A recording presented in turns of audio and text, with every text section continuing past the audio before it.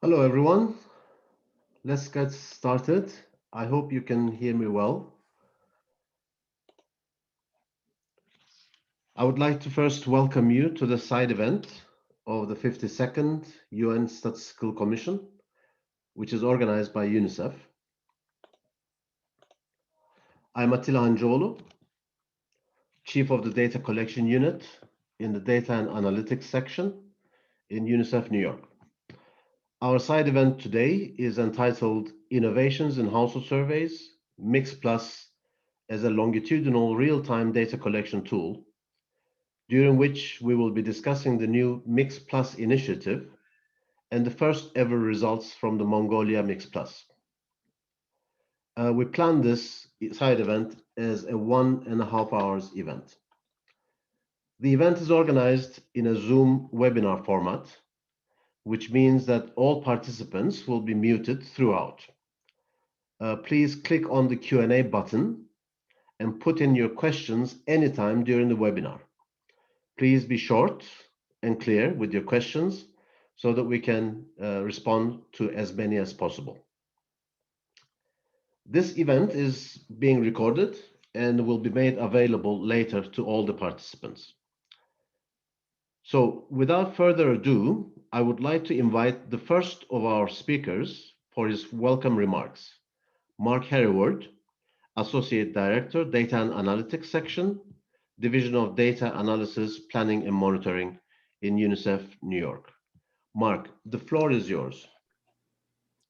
Thank you so much. And I want to say an enormous welcome to the 413 people already online. And excellencies and ladies and gentlemen, it is a great honor and privilege to be able to welcome you even in this virtual way. I think we would all rather be face-to-face and able to have our own little side conversations, but I hope that we can help through this platform to be able to make this as interactive and as informative a session as possible. I am very honored that we're joined by distinguished delegates from Mongolia, and many of you from around the world I've already seen logging on. There is great interest, as we can see, from the number of people who have joined already and who are still likely joining. There's great interest in this Mix Plus. And the interest comes because Mix Plus is an important combination of new, or at least newer, technology and techniques with continued robustness of a household survey program. The idea for Mix Plus came, like all good ideas, I think, over a dinner table at a meeting a few years ago, which is when you start speculating and thinking outside the box and thinking, what's the next generation, or what's the next evolution, or the next step that one might take with a global survey program. And the ideas come, and then of course you still have your whole day job to do to continue supporting the work of Mix in countries around the world. But then at another stage, we were stimulated by the series of household surveys under the title of Listening To, which were supported and run from the World Bank. And I want to acknowledge here the generous knowledge sharing from JP and the World Bank on how they had instigated these surveys and how they'd built up on them. And of course, the main principle is that these are surveys which are still household surveys, but they're household surveys using phones for the interviewing tool. And so you have the advantage of the sensitivity and the ability to be able to react faster using a panel of phone surveys, but you still have the statistical robustness of the household survey itself and its background information, and to be able to build on that and see how things evolve. So originally with Mix Plus, we were thinking this would be best for crisis monitoring.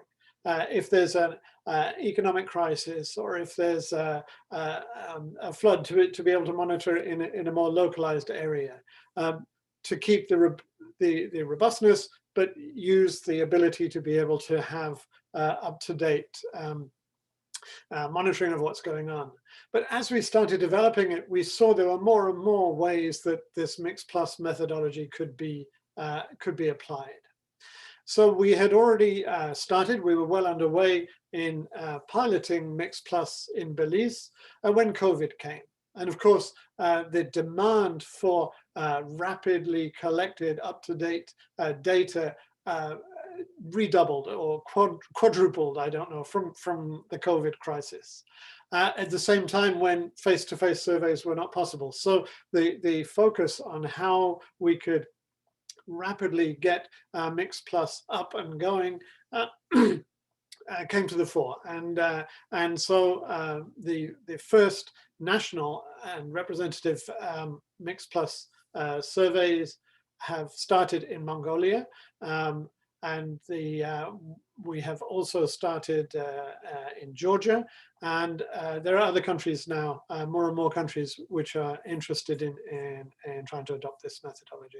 So I'm really excited to be here, because it is exciting to be standing with the feet in both camps of pushing the envelope to see what we can do that's new, without losing the robustness and the accuracy and the reliability of the household survey program. So I'm really looking forward to hearing from everybody else, and I'm sure you all are too. So I will stop now, but just to say welcome once again. Thank you. Thank you very much, Mark. And thank you very much for your welcome remarks. Now I would like to invite His Excellency, Mr. Engpold, who is the permanent representative of Mongolia to the United Nations, to deliver his welcome remarks. Thank you, moderator. Dear Mark Hayward, distinguished colleagues, panelists, participants, and ladies and gentlemen, it is my distinct honor to make a welcome remark at this side event on the topic of innovations in household surveys Mix Plus in the margin of this 52nd session of the United Nations Statistical Commission. Allow me to express my sincere appreciation to the UNICEF's Global Mix team for its valuable support and organizing this timely side event. Taking this opportunity, I also wish to commend the continued support extended by the UNICEF to the developing countries. Moderator, first of all, I'd like to briefly touch upon some surveys conducted towards social development. In Mongolia, the social development survey was conducted 4 times in the past, particularly in 1996, 2000, 2005, and 2010, respectively, based on the standard methodology of the multiple indicator cluster survey, and reproductive health survey was conducted in 1998, 2003, and 2008, based on the international survey methodology. In addition, social indicator sample survey was conducted in 2013 and 2018. We have seen and our experts have realized that timely data and the statistics are instrumental and guide the COVID-19 pandemic decision-making process at each step as the government of Mongolia moves from response to recovery actions. They also being critical in the implementation process of the Sustainable Development Goal targets. Moderator, I'm also pleased to note that the National Statistics Committee of Mongolia, in collaboration with the UNICEF, has conducted multiple indicator cluster survey plus, Mix Plus, additional survey, which aims to determine current situation of the children, families, and households during the pandemic.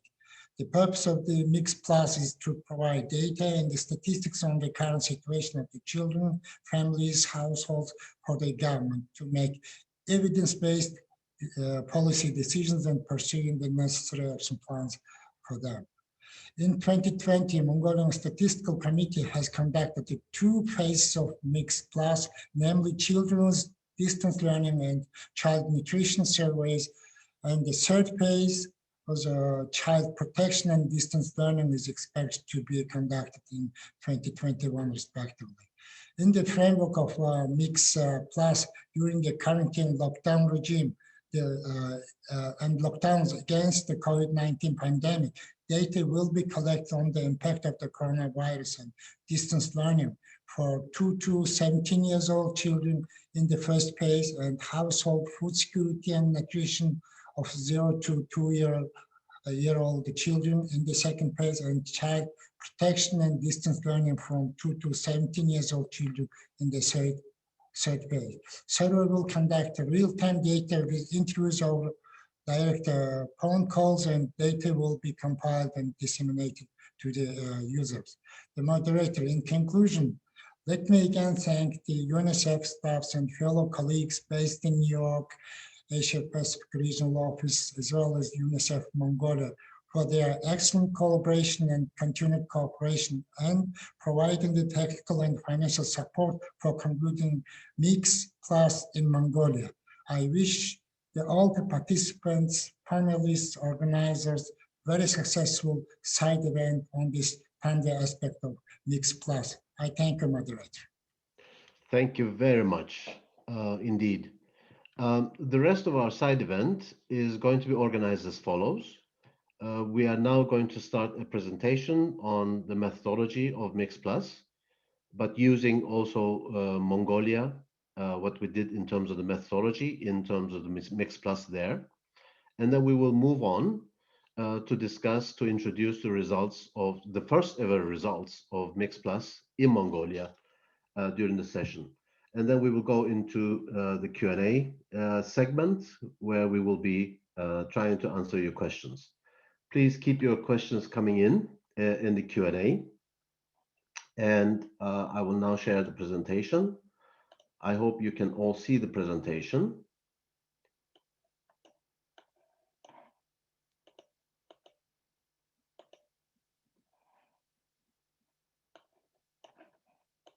So, okay, so let me begin, and then I will hand over to my colleague, Tatiana. So, first of all, I would like to say a few things about Mix itself, the household survey program, which is conducted on the basis of face-to-face interviews. Mix started in the 1990s. It comes in rounds. And on the right, you can see the numbers of surveys in each of the 6 rounds that we have had so far. The 6th round is ongoing, which will be concluded at the end of this year.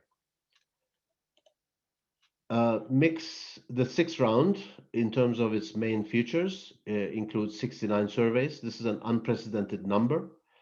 We never had so many Mix surveys before from 61 countries. We cover 177 core indicators, but there's much more in the data.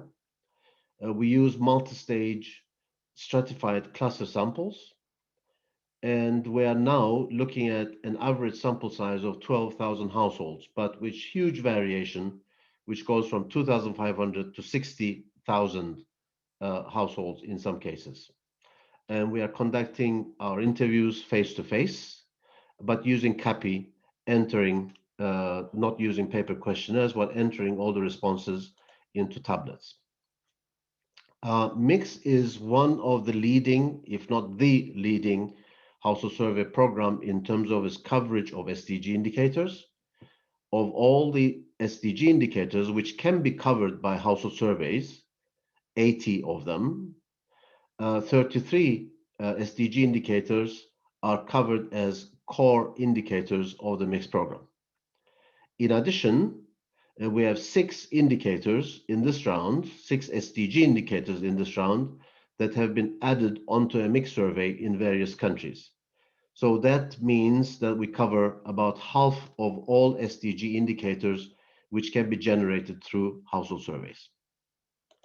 But this event is about Mix Plus, and we will be discussing Mix Plus in this during this period. The basic template of Mix Plus can be described as follows. We start with a household sample frame. This can be any household sample frame including a register. It can be a register, population register.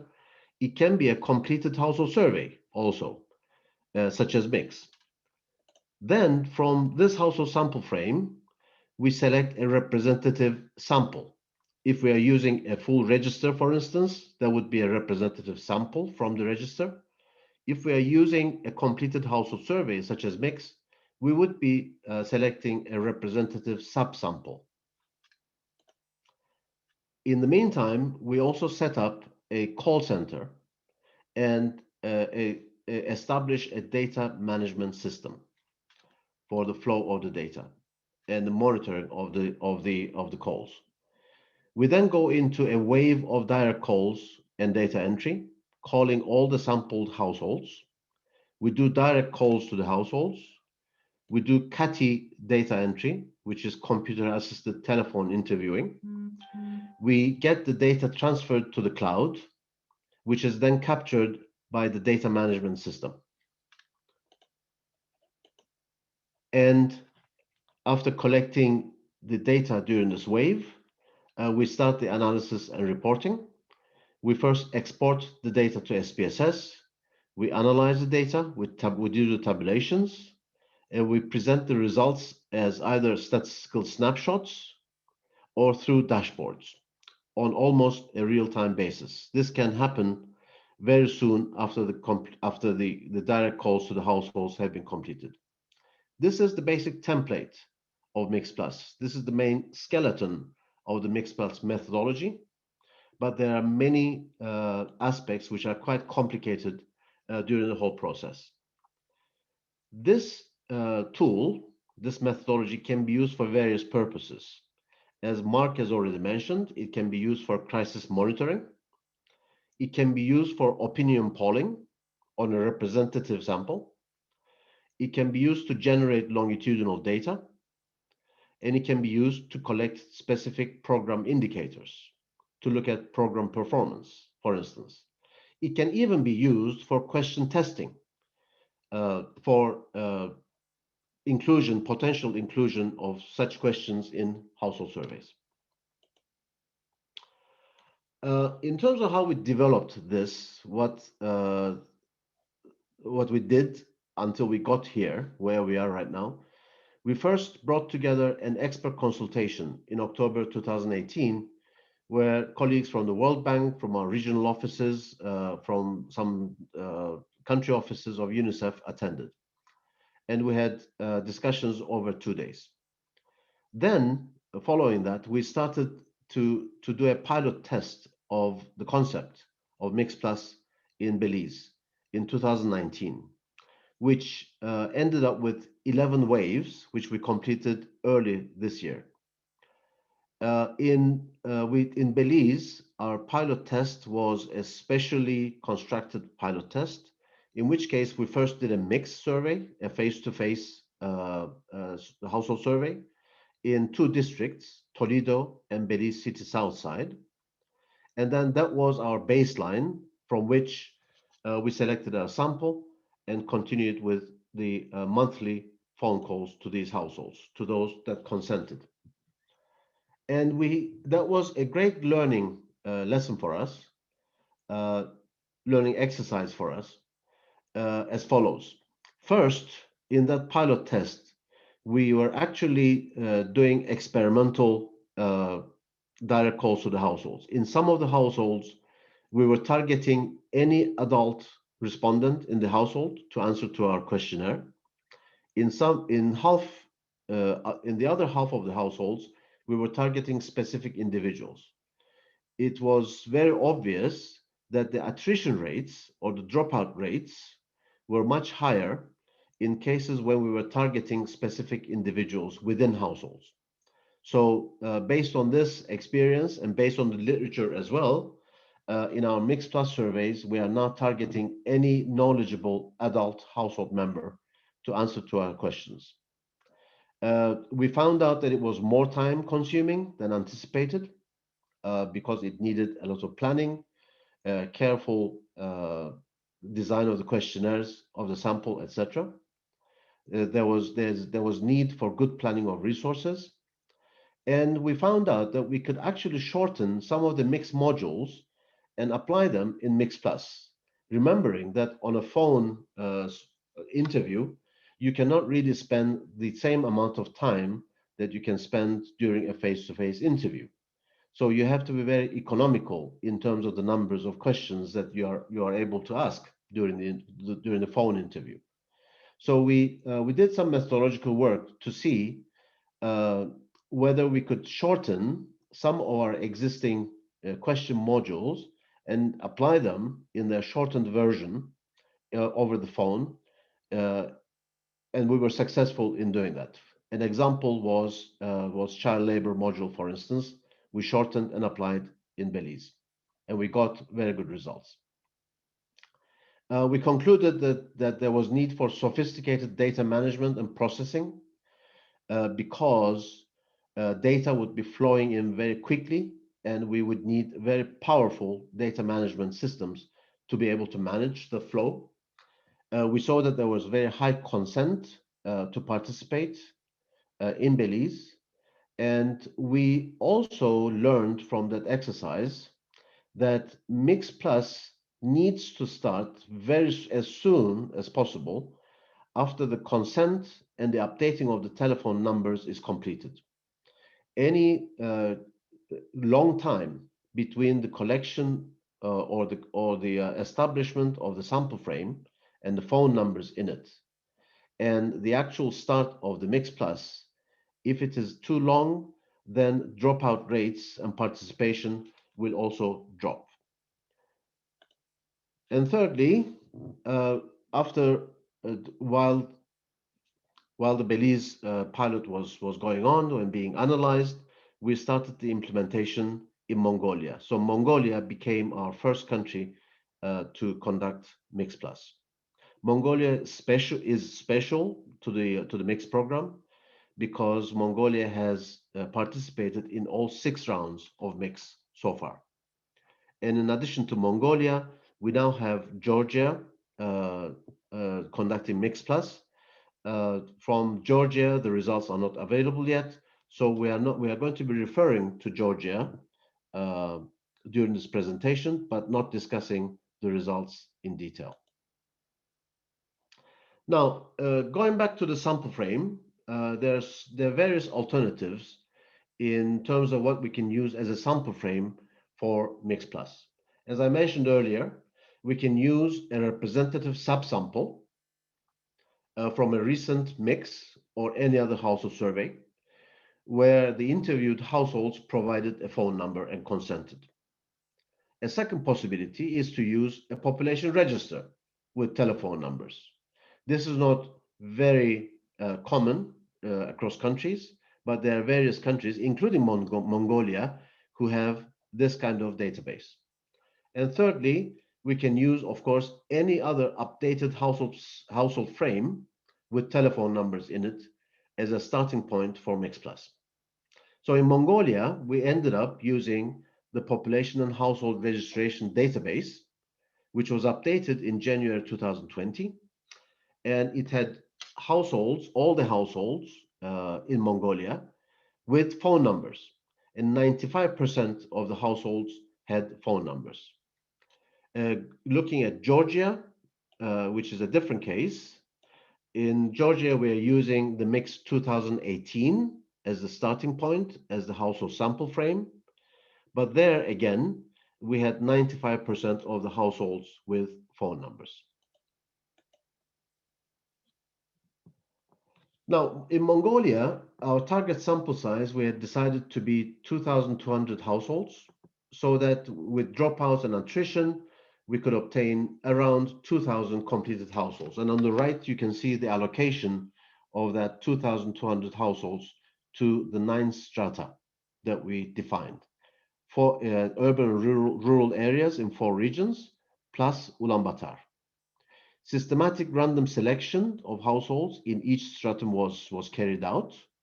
And in this case, of course, because we are not confined to a previously conducted household survey, we have all the households of Mongolia, then there's no clustering needed. We don't do a cluster sample. because there's no clustering effect, the effectiveness of the sample is high, and the sample households are widespread across the country. As estimation domains, we defined national, urban, rural areas, and for the majority of indicators, regions.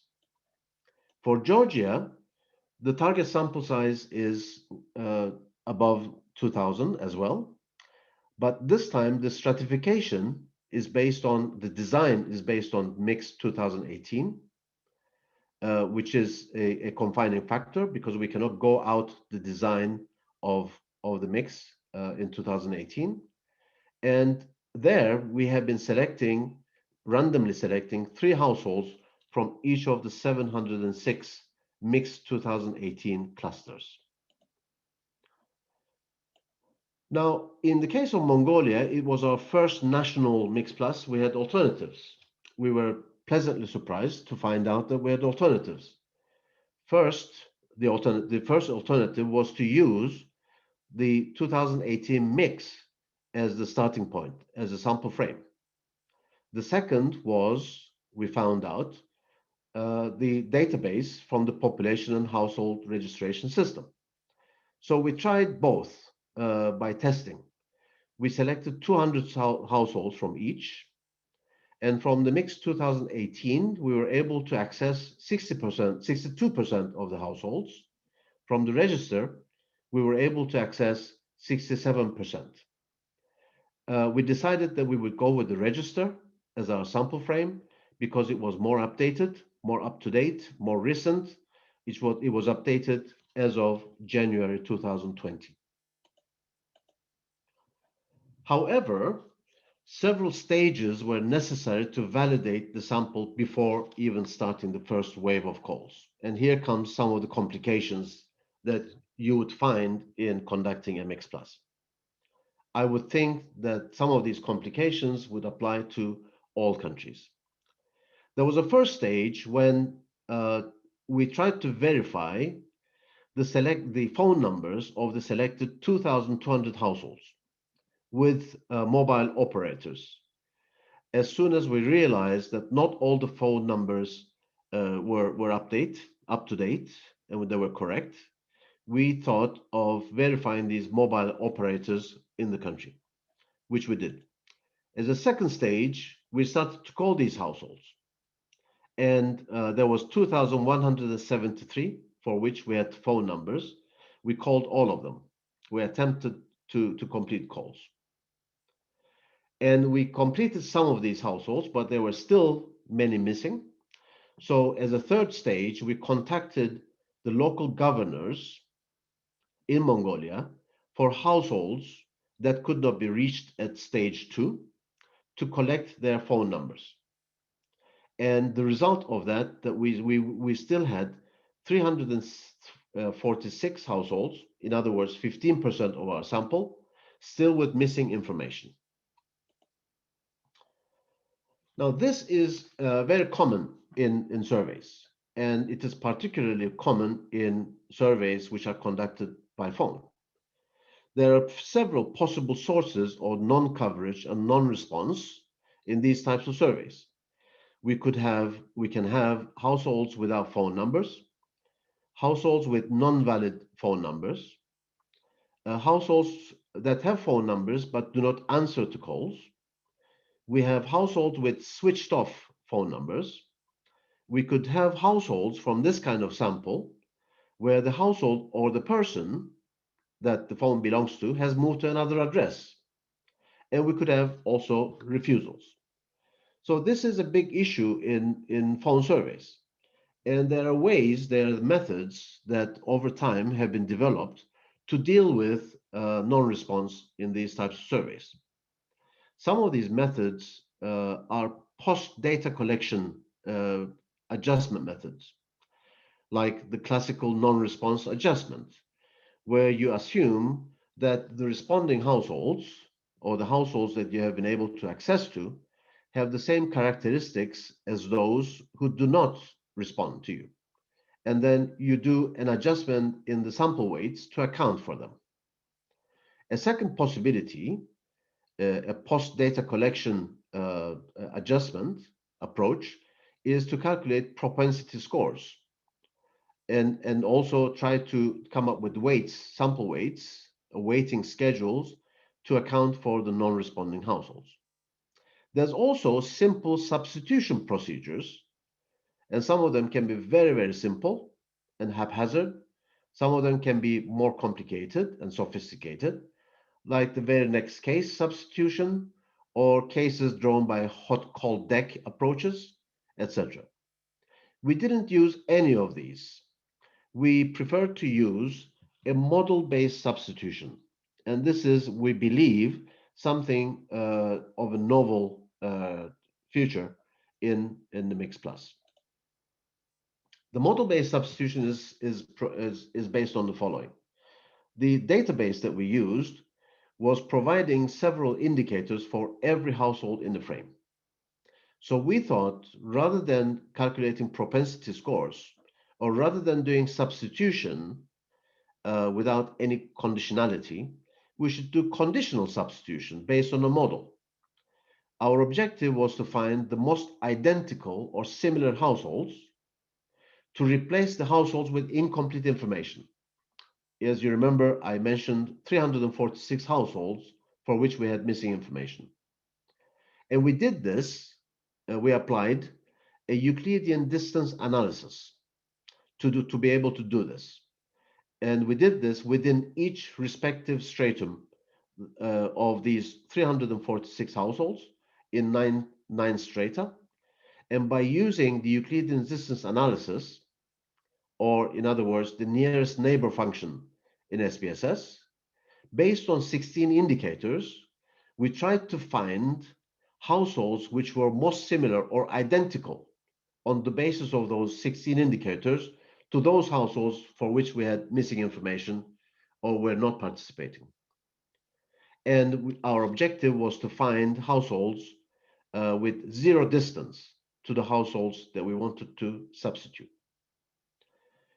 As a result of this approach, we found that from among the 346 households, for 318 of them, we were able to replace them with zero distance, meaning on the basis of those 16 indicators, we found identical households in the same stratum and replaced them in that way.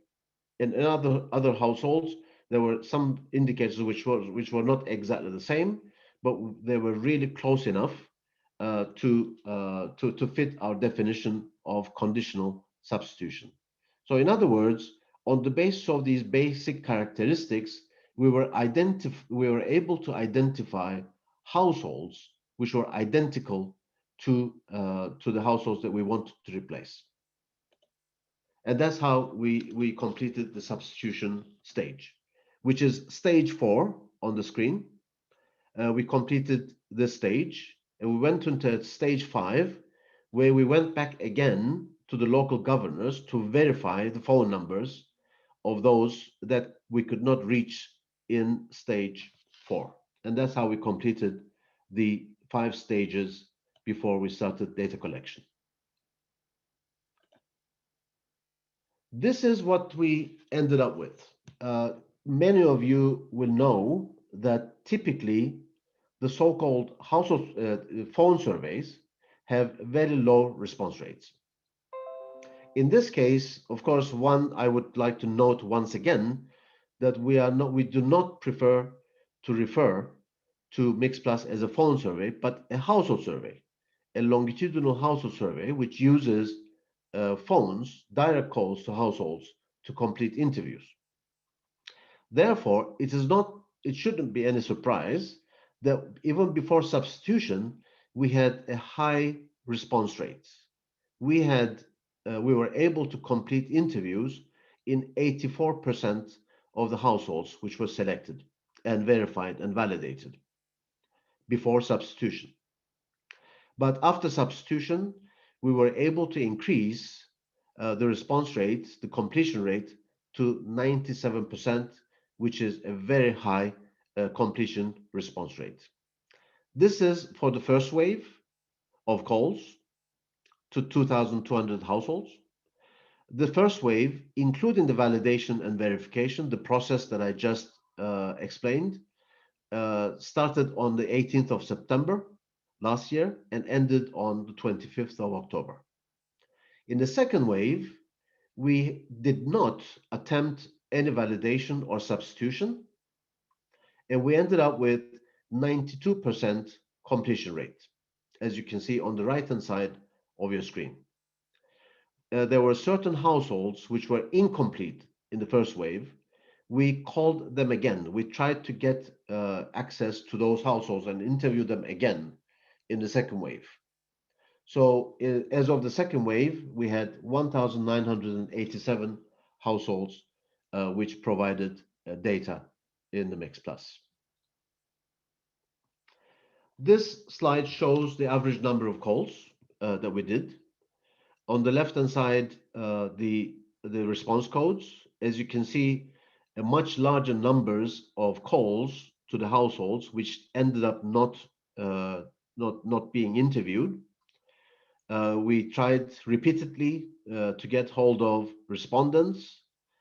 In some cases, the numbers go up to 7.2 calls per household for those households that eventually had no response to us after repeated call attempts. In the second wave, the average number of calls is slightly higher.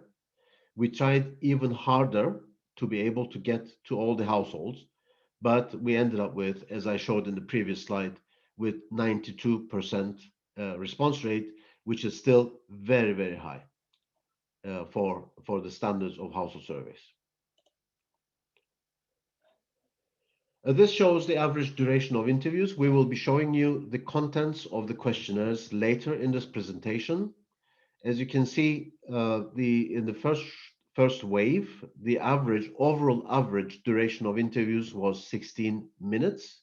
In the second wave, because of the complexity and the length of the questionnaires, we went up to 26 minutes per household. And there's some variation across the regions of Mongolia, as well as among urban and rural areas. And at this point, I would like to hand over to Tatiana to tell us about the digital data collection system and present some results about the sample implementation. Tatiana? Yeah, thank you, Attila. I will unshare my screen. Thank you.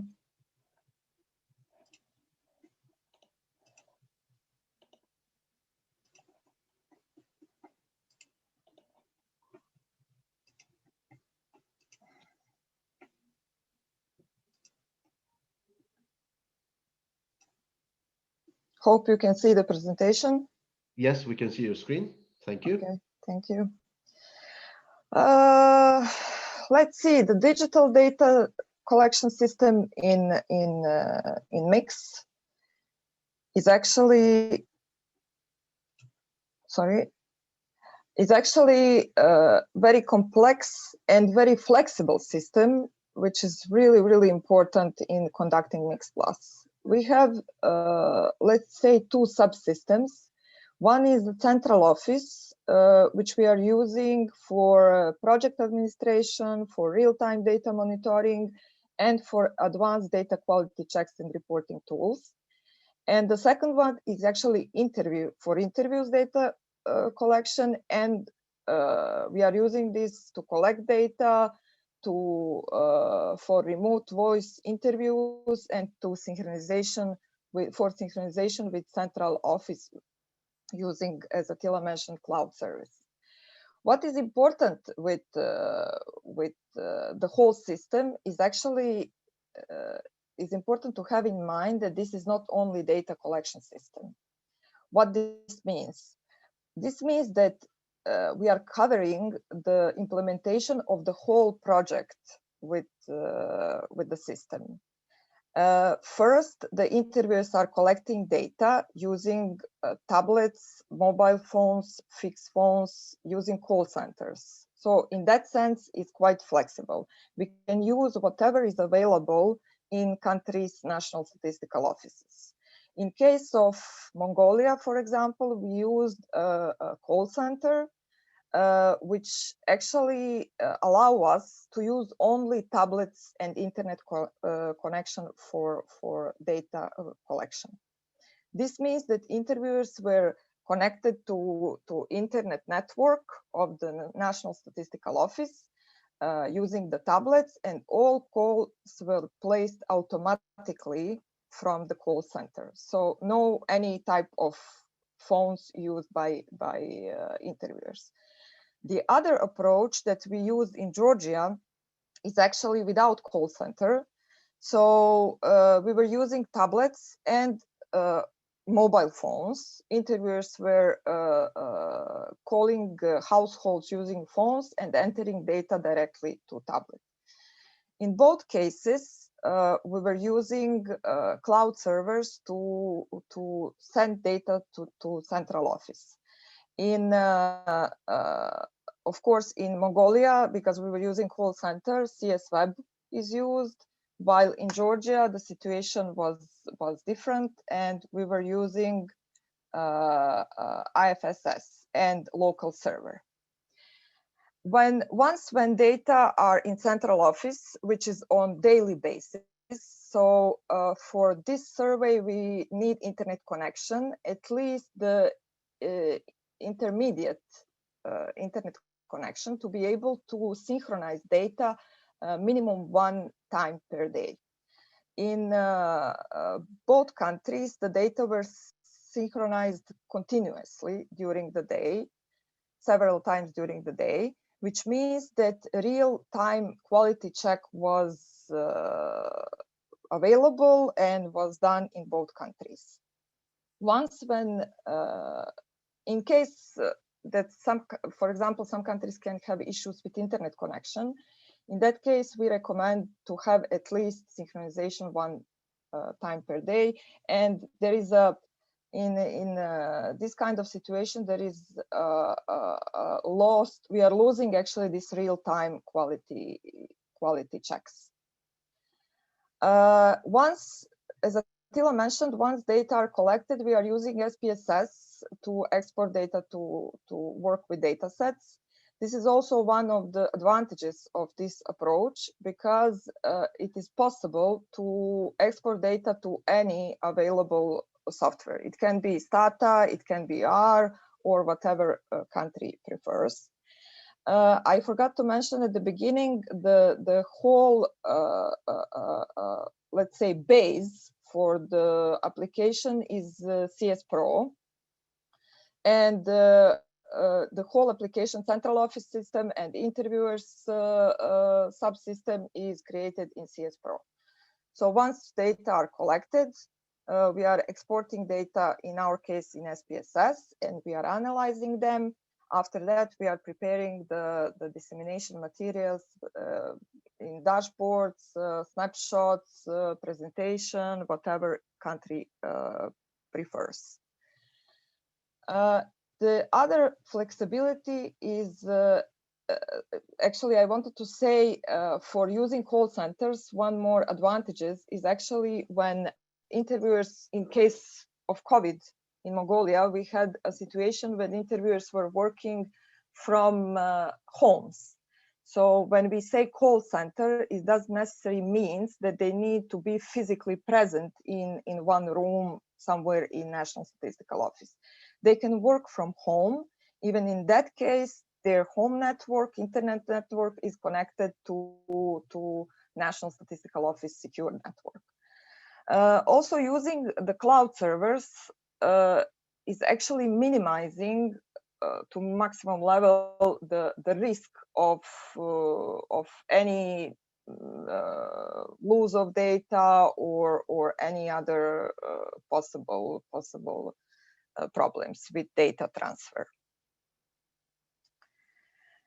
Once we finished the data collection in Mongolia, we wanted to check actually our sample implementation. We wanted to check what we did. And I will show you now, just in short, very few comparison that we did with mix conducted in 2018 and with data from population register, which was our sample frame in Mongolia. So on this slide, you can see population pyramid from Mongolia. So let's say light green and green are data from Mix Plus, and the purple bars are from 2018 Mix. As you can see, the age structure of household population are quite matching. There are some small differences, not significant one, but we need to take into account that Mix Plus is based on population census from which was updated population register, which was updated in 2020, while Mix is based on much older sample frame, and it was conducted in 2018, so a few years ago. Also, you will see a little bit later the questionnaires and what data we collected. It's important that we collected the household items and personal assets, actually the household members' assets. And we wanted to see, we used those data for calculation of wealth index in Mix Plus, similar as in Mix 2018, and we wanted to see if there are any differences. As expected, for I think almost all of those which are collected in Mix 2018 and in Mix Plus, we can see that there is a slight increase, which is actually expected. We expect that after some period of time, especially when it's counted in years, we can expect that household accumulate wealth as we see it through ownership of certain household and personal assets. Also, we wanted to see wealth quintile distribution once we calculated it in Mix Plus. So we compared, we not compared directly, but we wanted to see what we got in Mix Plus and Mix 2018. When looking at these, we should have in mind that compared to Mix 2018, we have some limitation in Mix Plus. As Attila already mentioned, Mix Plus is household survey conducted over the phone, which means we are already limited at the beginning by duration of phone interviews. We cannot ask people like in Mix, we are staying in the household for 1 hour or even more, depending on number of household members. We cannot do that over the phone.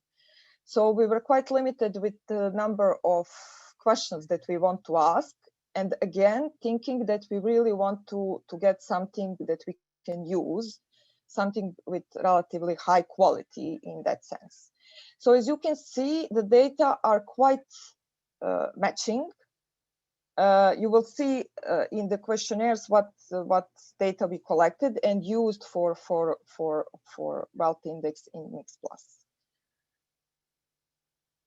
So let's talk a little bit about questionnaires.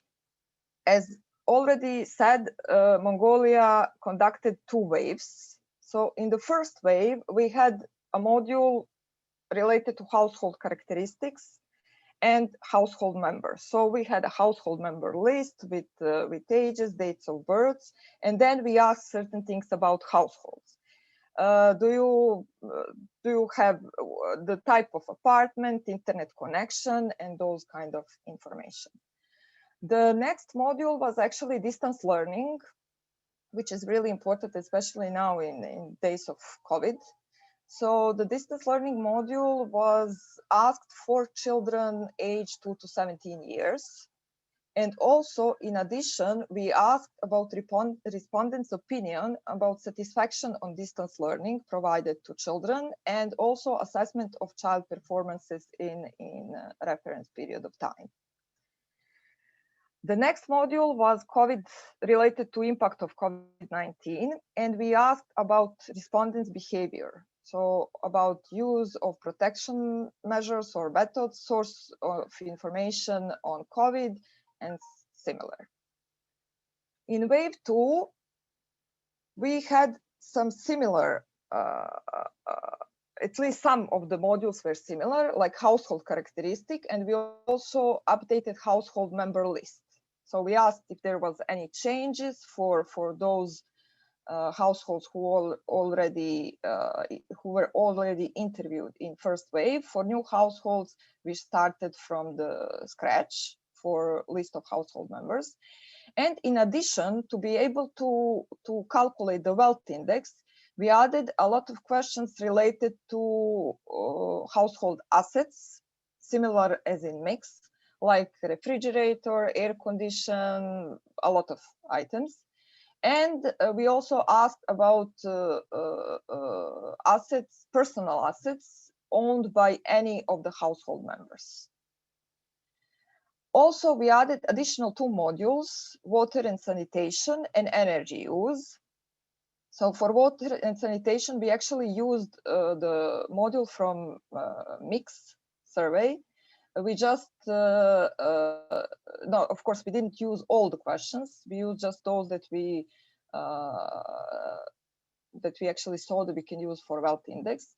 And energy use, again, we used questions from Mix with addition of, this is specific only for Mongolia, we asked about usage of improved fuel. So we asked about fuels used for cooking, for heating, and for lighting, similar as in Mix. Additional modules in second wave were COVID related, where we asked about household income, coping measures introduced by government, coping measures used by households to deal with decrease of income.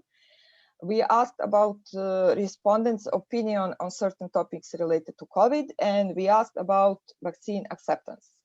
Please note that vaccine acceptance is related to COVID vaccine. We also had some additional questions related to flu vaccine.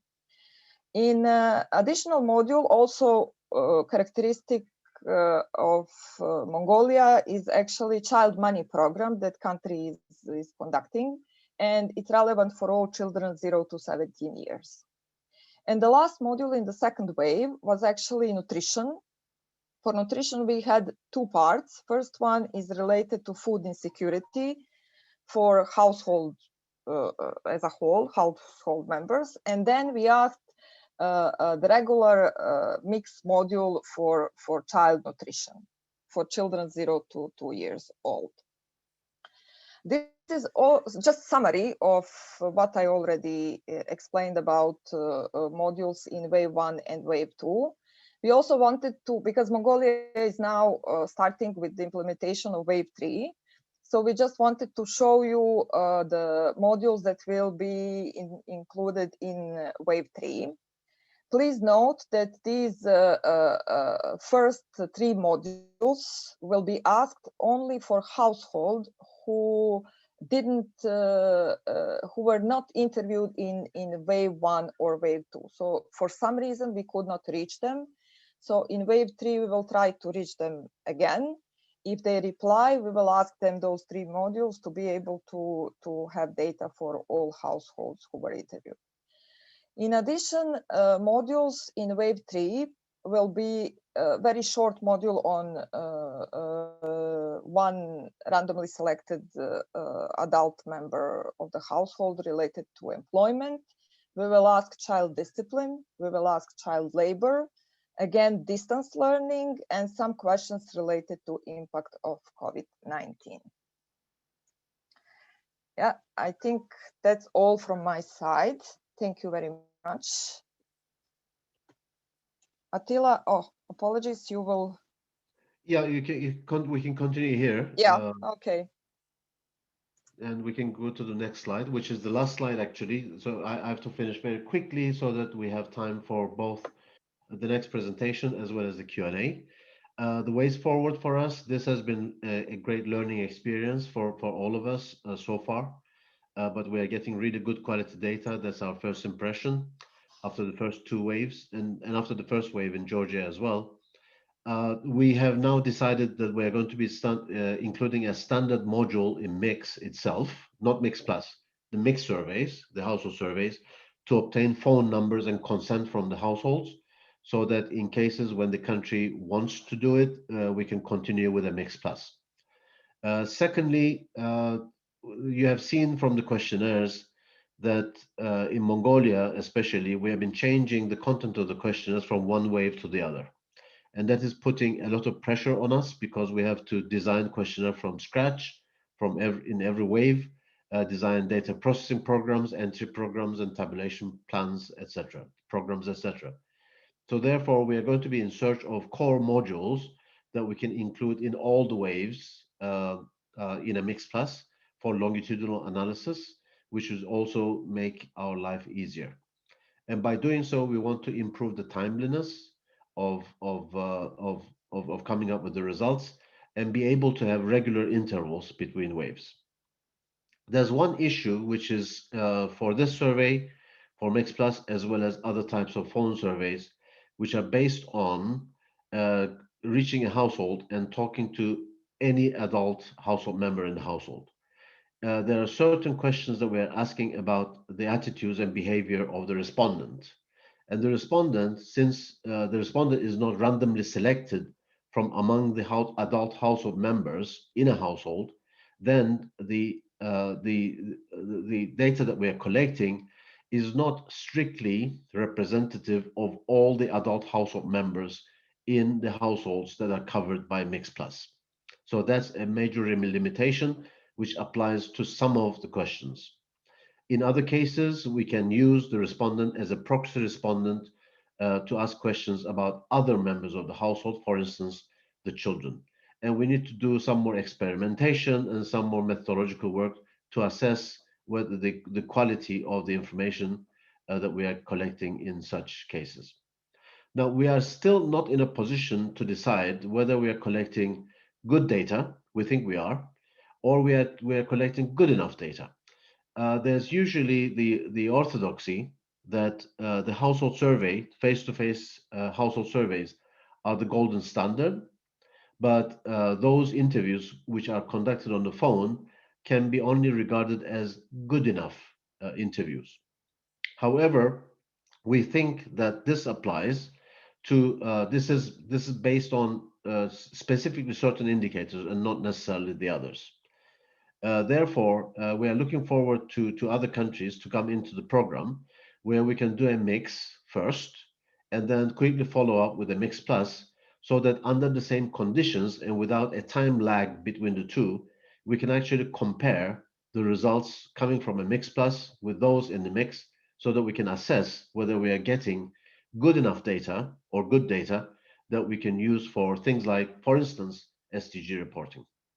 And we also need to spend more time, I think, on doing further research and analysis on the substitution practices that we're using in Mix Plus. And I think that's the last slide. Tatiana, if we can go to the next slide, which would only say, if I remember correctly, thank you to all of you. And you see the team members on the screen, and our special thanks to colleagues at the World Bank, the UNICEF regional mix coordinators, the country offices and national statistical offices of Belize, Mongolia, and Georgia. And I see that there's a very large number of questions in the Q&A. So without further ado, I would like to go to the next presentation. If Tatiana, can you please unshare your screen? And we will go to the chairman of the National Statistical Office of Mongolia, Mr. Battava, to deliver his presentation on the results of Mix Plus in Mongolia. The floor is yours, Mr. Battava. Thank you very much, Attila and Tatiana. Thank you very much for your presentation. So let me just share my screen.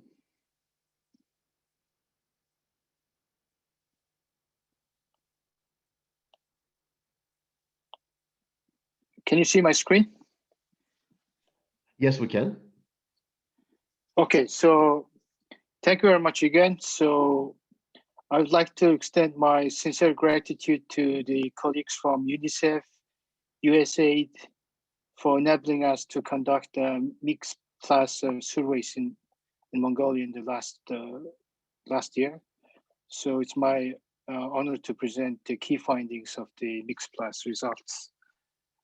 So let me begin by introducing the content of my presentation. First, I will discuss briefly about the household and sample characteristics and the methodology. Then I will move into the key findings, including the impact of COVID-19 on the households and distance learning issues on the school children, and then food security and nutrition issues. So, as you know, the Mongolia has started implementing the Mix Plus in September 2020. The aim of the Mix Plus is to generate the data on the households to understand the COVID-19 effect on the household, family, and children's situation, and pass it to the data to the policymakers. The first wave of survey was conducted in September, and the second wave was conducted in December. And in terms of the methodology, as Attila and Tatiana said, Mix Plus combines the representative household surveys with the computer-assisted telephone interviews. Basically, the mode of data collection is through the phone calls to the respondents. The sample size was drawn from the population and housing registration database at the National Statistics Office of Mongolia. So, as you can see from the left hand of the graph, the sample has a similar sex and age composition to the registry-based 2020 census of the Mongolia. And in terms of the household composition, as you can see from the graph, that the majority of the households have at least one child, and over 19% of the households has a female head. And the second wave, the wave in terms of the population and sex distribution and household composition, since it's a panel data, it's similar to the first wave of the survey. And as you know, the housing condition is the important for understanding the socioeconomic state of the people, and the number of bedrooms are good determinant of the wealth of the households. As you can see from the right-hand side of the graph, that about 39% of the urban households and 59% of the rural household has only one sleeping rooms, and which indicates there's a high risk of the COVID-19 transmission, and we think it's a good data input for modeling the COVID-19 spread. And let's move on to the impact of COVID-19 on the households. In terms of the COVID-19 related worries or concerns, the majority of the households, or about 45% of the households, responded that their primary concern is a member of the household getting sick, followed by losing income, lockdown, and losing job. But interestingly, about 27% of the households responded that they don't have any worries related to the COVID-19. And this was done during the second wave, which we had the domestic case of the COVID-19 and the lockdowns. And about 57% of the households reported that their income has declined since the onset of the COVID-19 related lockdowns. And with the primary reason of the income decline was they could not go to work due to the quarantine, and then also the decrease in the demand of the business they own or business they work, or the closure of their business they worked or owned. And how do they dealt with the reduction of income? The majority of the households, or 81% of the households, responded that they cut down on the household expenses. 62% have responded that they cut down on the food. And about 45% of the households responded that they borrowed money from friends or family to ease their financial strain, and about 44% 4% of the households responded that they delayed their bill payments. And in Mongolia, the government has initiated several social transfer or social benefit packages to ease the household financial strains during the COVID-19 pandemic. And as you can see from this chart, that about at least 80% of the households has reported that at least they have received one benefit of the government. And also about 68% of the respondents have said that they benefited from the top of the child money during the COVID-19 related economic benefits. And about 1/3 of the respondents say that they benefit from the exemption from the social insurance. And overall, this shows that the government social transfer and social benefits has somewhat reached the targeted areas of their policy. And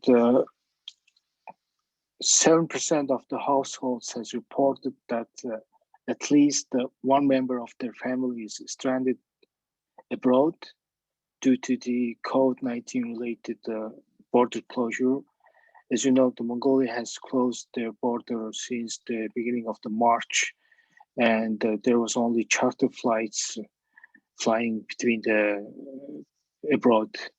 And the main reason for the member being stranded abroad was, of course, the border closure, followed by no flights, and then in the waiting list for the next charter flight.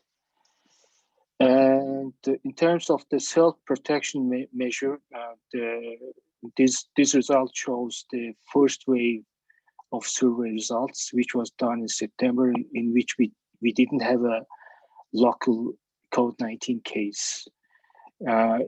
In this wave of the survey, about 80% of the respondents say they wear masks, and about 70% of the respondents say they are washing their hands often, and then about 1/3 of the respondents say they are doing the wet cleaning on a daily basis, and about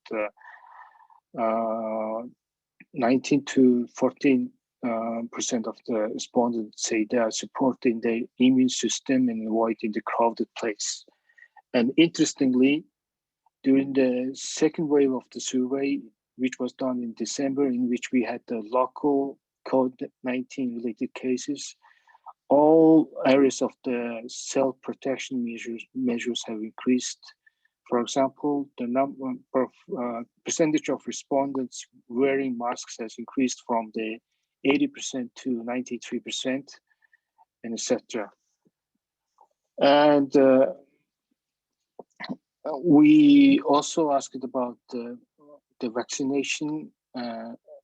In Mongolia, the flu vaccination is voluntary, and interestingly, in 2020, the number of people or percentage of the households with at least one member having vaccinated has decreased from the previous year.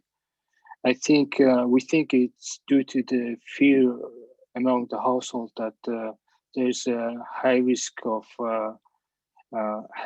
contacting the COVID-19 virus at the medical centers, so they avoided getting to the medical centers. So that's why the flu vaccination rate has dropped in 2020 than the previous year. And in terms of the vaccine against the COVID-19, about 91% of the respondents say they heard about it, and then about 74% of the participants say they will accept to receive the vaccine. So let's move on to the distance learning on the school children. You know, the continuation of the education is a critical issue for the governments around the world, and the government of Mongolia has implemented the lockdown of schools in two phases, in in the spring of 2020, and then also starting from the November of the 2020.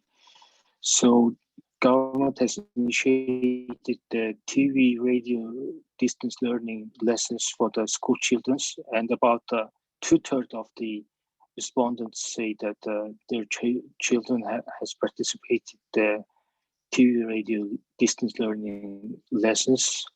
But this number is lower among the kindergartens and primary school children. And on top of the government provided TV, radio, distance learning lessons,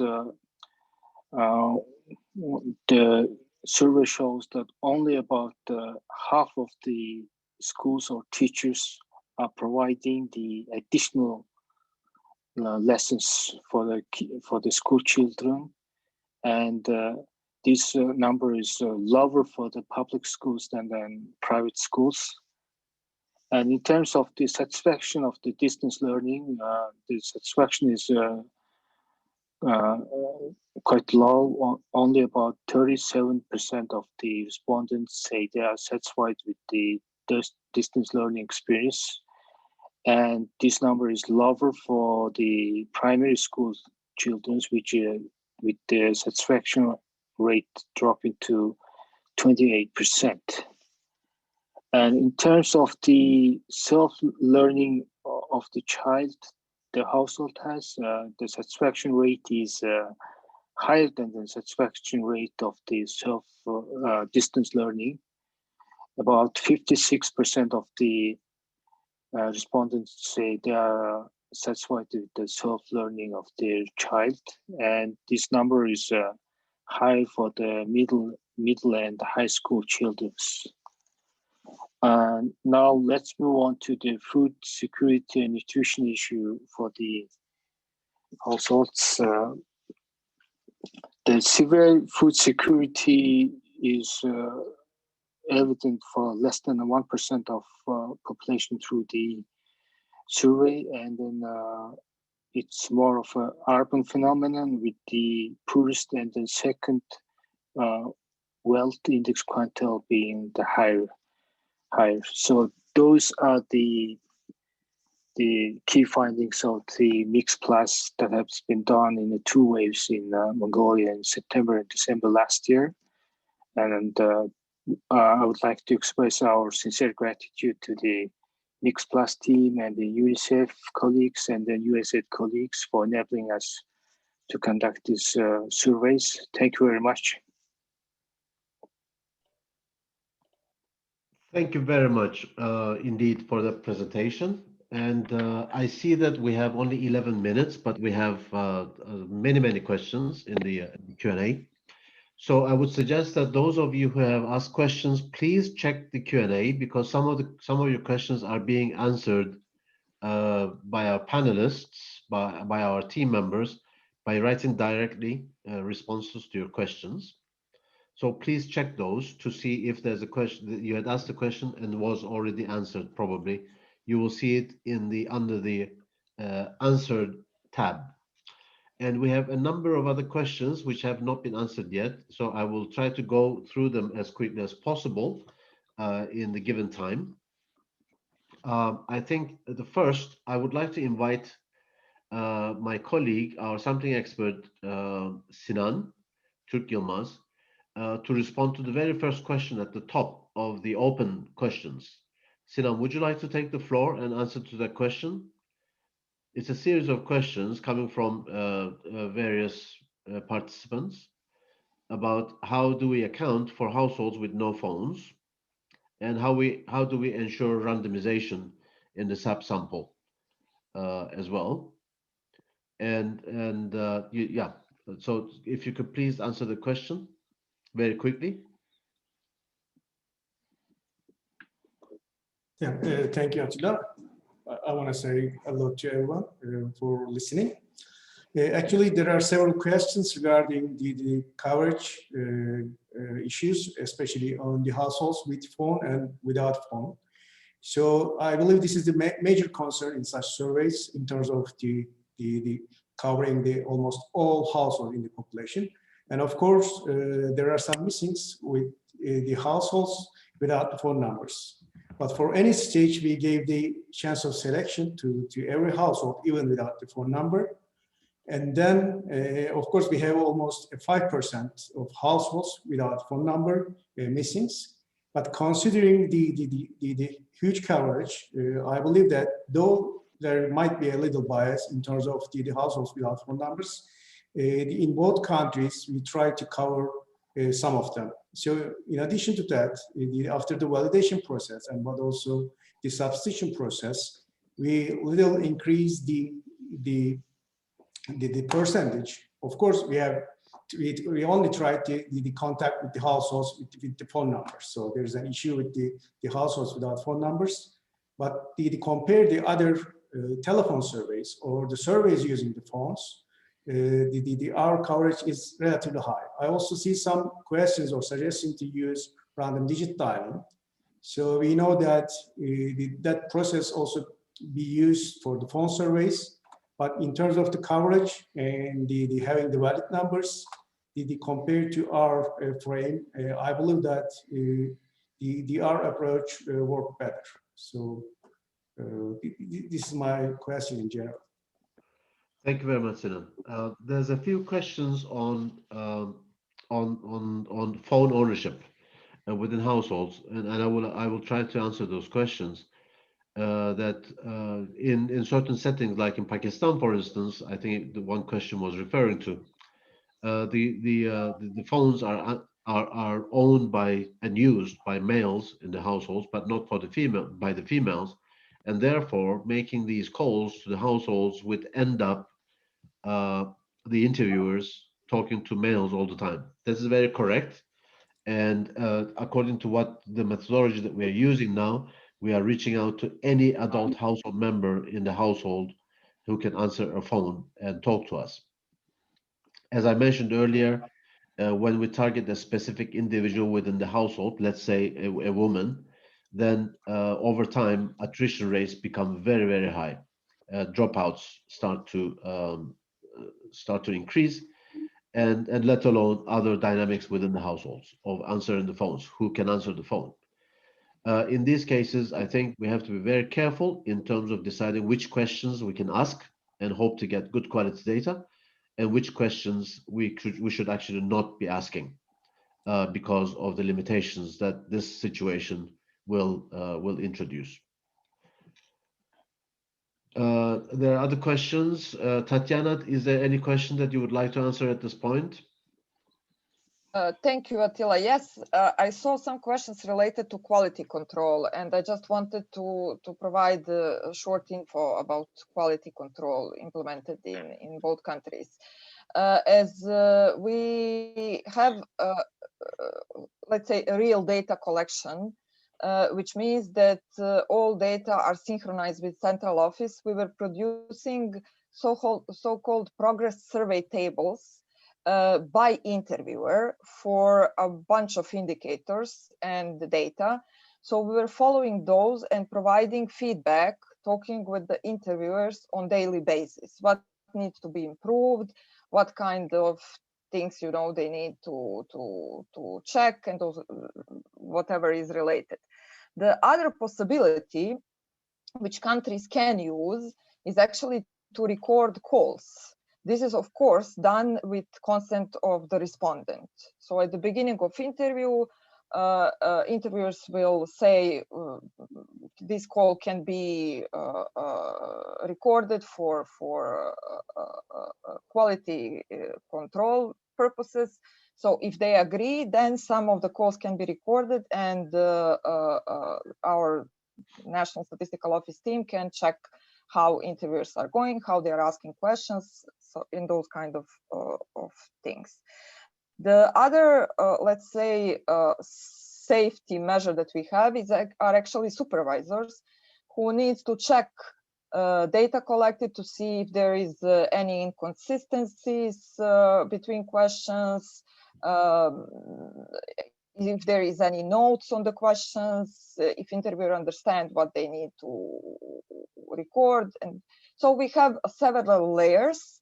And we insist on using at least 2 of those to be sure that we are keeping the data collected on satisfying quality level.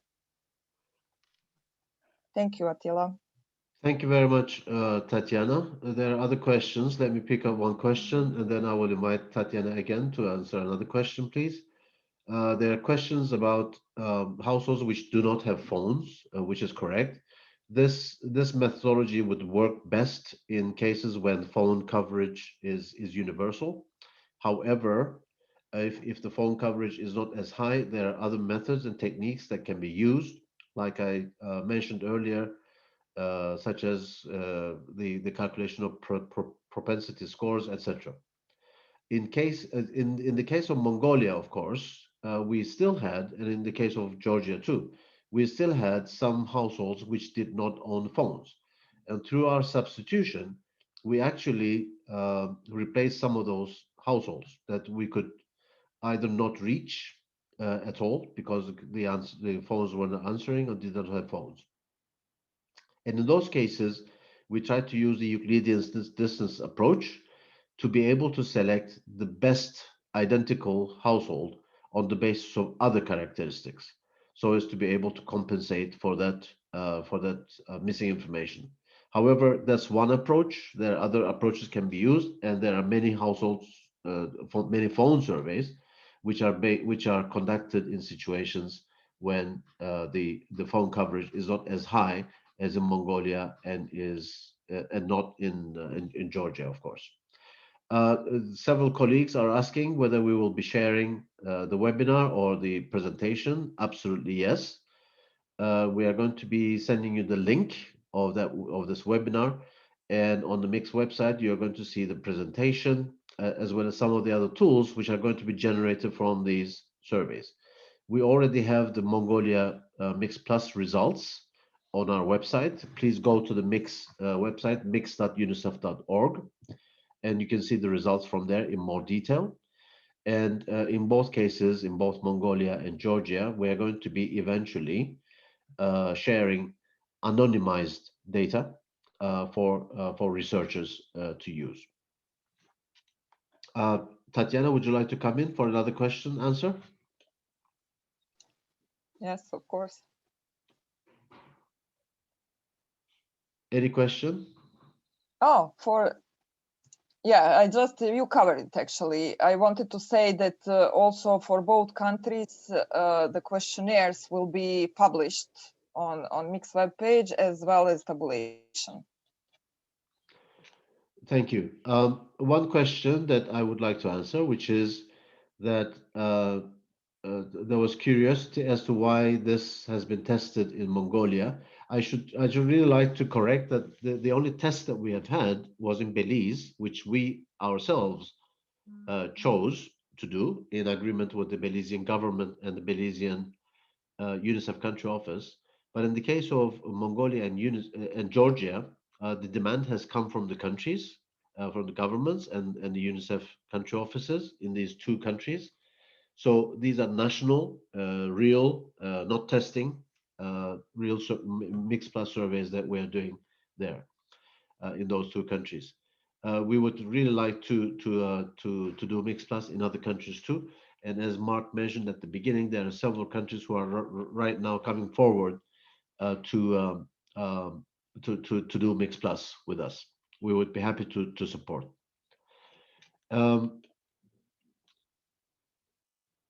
There are certain things, certain limitations. I was asked, there was one question about limitations.